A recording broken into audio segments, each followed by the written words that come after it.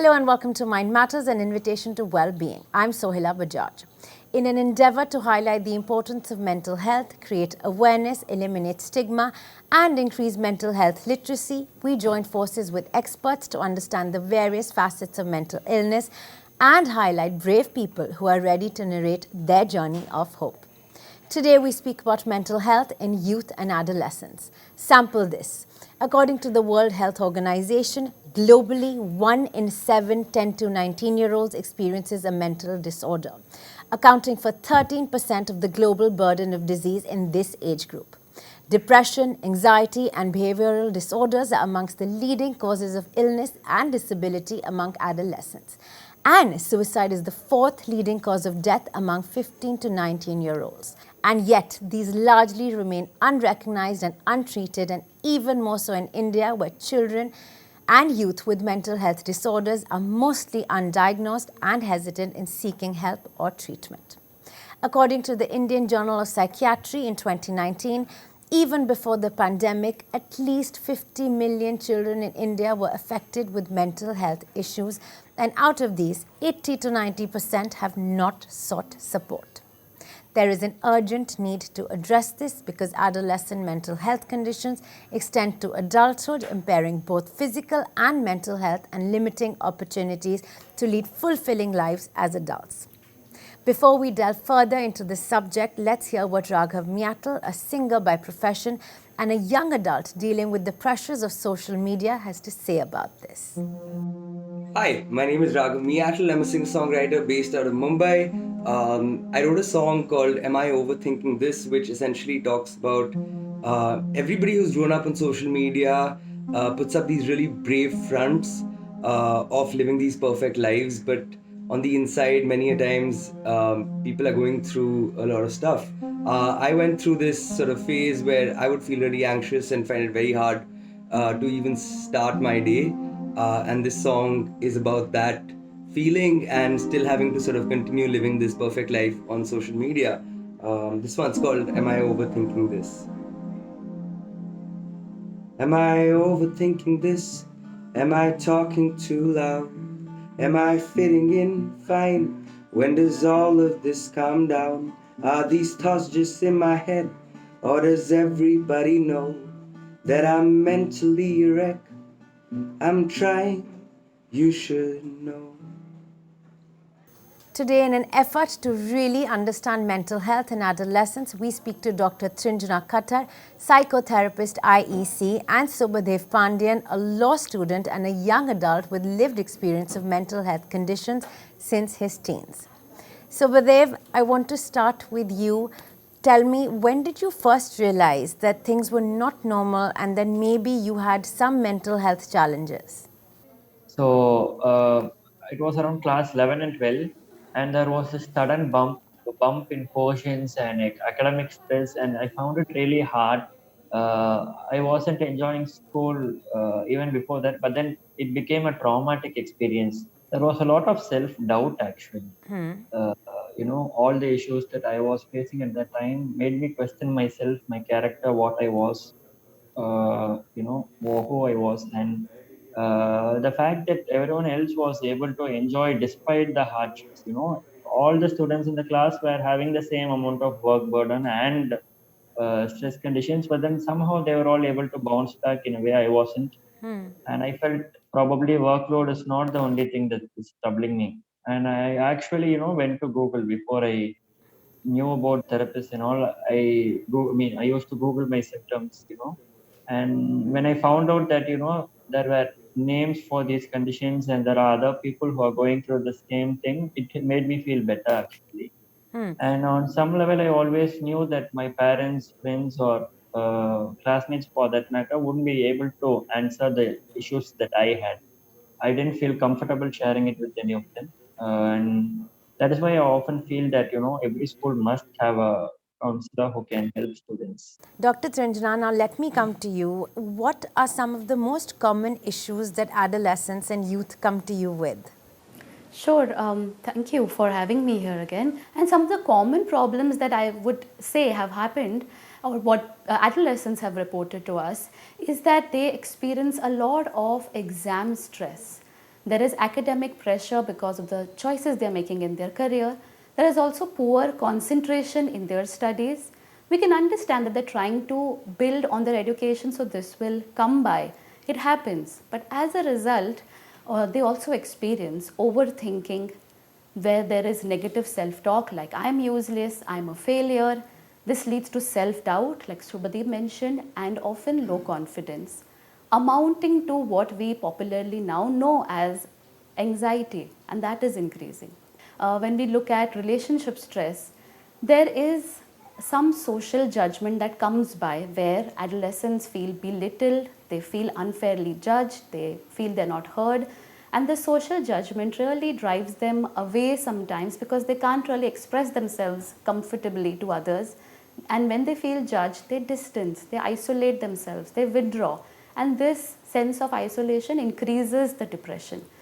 So, as they are developing this, the big thing I want to mention here is that they struggle with finding the relevant coping mechanisms, coping skills of how do they manage it. Now, that's the problem, right? Because one has to survive, and to survive, you figure, you cope, you do what comes to you. And what do adolescents typically do? What we see as procrastination, where they delay on tasks, or where they will get into something like excessive screen time, where there is binge watching, or there is use of substances, or there is sometimes rely on junk food or excessive gaming. And even self harm is a way of coping with the stress that they're experiencing. So, Dr. Trinjhna, what can we do to, to ensure that parents help them cope better with all this? Because being a teenager has always been very difficult, and I would think that in this day and age, this difficulty is exacerbated by all the excess information out there, all this access to social media, which makes it so much harder. I mean, it's hard for adults who are so much more mature. So for teenagers, this must be a really hard landscape to navigate. So what can parents do to support this as well? Oh, you're so right. When we look at the adolescents today, most of the people under the age of 20 have never seen a world where there is no social media. They've always had it. So it's very different than the world I grew up in, or parents today grew up in. And everything that's happening is real. The breakup that happens online is real. The mean comment is real. Somebody asking you out is real. We have to understand the context. And then it's really important to take their feelings seriously. So if there is a mean comment that has been made, even asking, just mentioning it or saying that, this must be hard. How are you dealing with it? What's happening for you? Just being curious. I think that's all, but starting a conversation is important. Sometimes it also helps to sort of have a conversation of what's going on in their lives through these media posts. See, the social media posts are actually highlights reel where the high points of people's lives are elaborated. You see, and the unique part is that these are no longer models or people we don't associate with. These are actually our friends or classmates. So it's important to have a conversation about how this impacts the child. We should not assume that because our child is having happy pictures on their post, they are doing okay, because that may not be true. In fact, when they see all these high points of the other people in their lives who they meet outside also, this creates a storm of self doubt. And at that point, it becomes very difficult to navigate it. So, sometimes asking the child, helping the child come to an understanding of whether this exposure, this browsing is helpful, is it helping or is it harming, can be important. All this is very important, not just for adolescent and youth right now, but even for adults, how to create that balance between what is real and what's on social media. So, Badev, I want to come to you now. When did you decide to reach help, and what kind of help did you seek? It was not until I completed class 12 that I realized that I actually needed help. I was under the presumption that school is supposed to be tough. It's probably just a phase. And then I, came to learn about therapists and other mental health professionals through Western media. I saw in all the series where the protagonist walked into someone's office and came back with clarity of mind. And I thought, why not? And I started searching for the right therapist, and there were a few hit and misses, and it took me a while to find out about the Lola Foundation. Actually, Mrs. Deepika was appearing as a guest on an educational app, and that is when she shared her experience that being an actress and quite successful too. I have also been through depression, so it's not something to be ashamed of. So if you need help, you have the foundation, and I thought, why not? And then I went to chose a therapist, and I must say she was there for me every step of the way. Being a student, she was able to understand my financial constraint and any other issue I might have with my family. So this is why I am at least this aware of what I have been through, or I'm able to cut myself some slack only because I got help at the right time.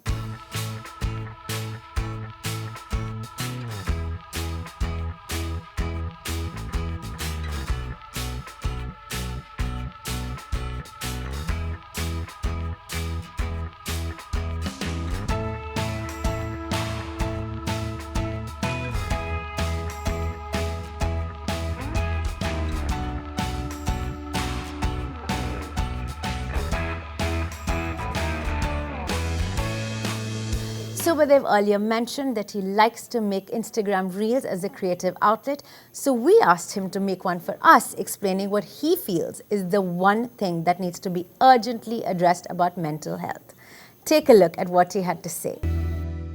Hello Auntie, I'm Karan's friend. He was talking about you. Why are you late? Oh, sorry Auntie, I had a therapist appointment. Therapy? Psychotherapist. My god, who goes to those things? You are not to talk to my son again. I am pretty sure I saw your son bunking classes and drinking in public. That's okay, but therapy?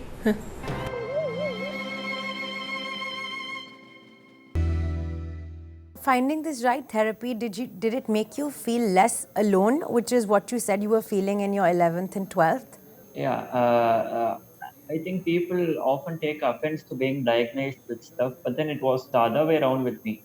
Because until then, people had been calling, me a drama queen because I was overacting or I was dull all the time, or perhaps even I was greedy because no matter all the good things I had in life, I was never able to let myself loose and be happy. But then it took me therapy to understand that I was trying my very best to live in the moment and enjoy myself. And it was not my fault that I couldn't let loose and live in the moment. Like ma'am was saying, the social judgment was not based on any, useful information. Like I was entitled to seek help, and yeah, I did feel less alone. So, Bhadev, tell me one more thing. You said before that you couldn't previously speak to your friends and your family because you thought they wouldn't understand. And then you took the step to go for therapy based on Western movies and how they felt when they went for therapy, which I think is quite amazing. When you did start going for therapy regularly and then feeling much better about yourself, did you finally tell your family? Yeah, my mother was in every step of the way. She's been trying to help me all around, but then I told her that this time I think you might not be able to provide me all the help I need. I think it would be better to go to a therapist. And at a later point of time, I told my father as well. And now it is a practice of mine, every time I get to address my class in the free time or any other time, I talk about my experience and why mental health is important and how they can also reach out to help, and it is not something to be ashamed of. And I must say, there are people from whom I have been keeping this fact a secret, but then I now believe, to let everyone know that I have been through all this and I'm okay with it. I'm not ashamed of it, will empower me more. In fact, I truly believe that we are all afraid of what other people think of us, that we lose the sense of self in the process. Those are very wise words, Subadev, and something that we all as mature adults also need to learn to live by. Dr. Trinjhna, coming to you now, what are some of the barriers that you think families and youth and adolescents face when seeking the right help? When I have done these programs and asked and had open conversations with adolescents of how they can reach out for help, they've often said that, we don't want to come across as being weak in front of our friends. We don't want to disturb or stress our parents. They already have so much going on for themselves. They've said that, teachers don't really know how to respond. They sometimes lack empathy. And then there are times when people who have been identified would say to me that, when I shared this with my friend said, oh, don't think too much about it, or why don't you try harder, which was very hurtful to them. So it's difficult for them to overcome this and really come out and seek help at times or know what to do. When we talk about parents, I think that, even with any injury that occurs, say a physical injury, immediately we would feel a bit helpless. We don't know what to do. But then the systems of care for an accident that may take place is so well defined. We know we have to go to the emergency department in the hospital. We know the drill when we need to seek intervention to ensure that we're doing okay.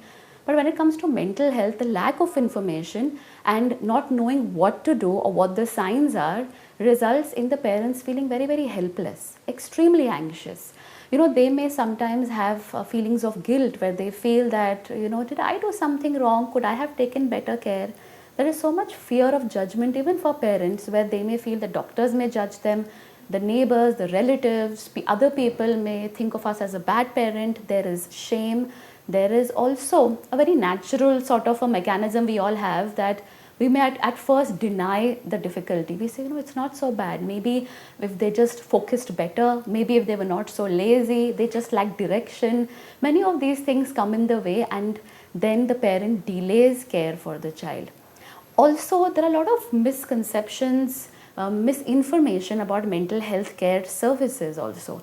So there is a misconception that medications can be addictive, or they may think that counseling is only advice giving. There is a popular myth that mental health concerns in children settle with age, and this is just a phase. It is just a teenage mood. But actually, half of mental health concerns start before the age of 14. Dr. Trinjhna, I do want to ask you something on behalf of the parents. There's an exposure to so much more information now where it's almost very easy to convince yourself that I have anxiety. It's like how hypochondriacs work for physical health. There's also a tendency to do that for mental health if you're not fully aware. So how do parents also know that this is typical teenage behavior, or perhaps this is something that needs further consultation? Thank you, Sohila, for asking that, because so often there is confusion. So often these terms of anxiety and depression are loosely used because there is some information now available on social media which is accessible. There is confusion between what is sadness and depression. What is the difference? What is the difference between stress, anxiety, worry? So it's important to really get that information by, of course, meeting a professional. But while you ask this, I think top of my head, trust your instinct. If you think something is off, it is off. There is no harm. You can check with the teacher. There are very simple ways to understand this. What we really are looking at, if the problem or the concern area continues for a longer period of time, if it becomes worse, or if, when it happens more frequently than it used to, we should sort of take note. Some of these things could be as simple as maybe there are changes in the eating patterns, eating more or less. There could be changes in the sleep pattern, which really happen for many students. Then it could be the fact that there are changes in their mood, so much so that they are irritable at one point. And the teenage mood swings, of course, are there, but this one is different. There is yelling, shouting, sometimes there's self-harm. There could also be difficulty, in terms of they're crossing their limits. There's a change in the friends, we are concerned about it. They often have these outbursts, and then they're getting into risky behaviors that I spoke about earlier. So addiction can be one of it, where they're misusing certain substances, and somewhere we know that they're distancing and they're not opening up with us. See, it's very important to understand that adolescents typically may not fully open up with their parents, because they are exploring their identity, and sometimes they perceive that we will not understand them. So seeking professional help, even one conversation, can be infinitely beneficial. Right, doctor, understood. And Subadev, you have been now in therapy for 2 years. Tell me how you are feeling now, and how are you coping in your day-to-day life? I wanted to add on to what ma'am said. Actually, it took therapy to, open up my mom more than I usually do. and I found out she was surprisingly open about issues than I had, assumed her to be. Many modern age issues which I thought she might not grasp or be able to help or understand completely. When I somehow mustered the courage to go and open up to her, she was more open, as understanding as a therapist was. It also helped me open up to others in my life who could help me.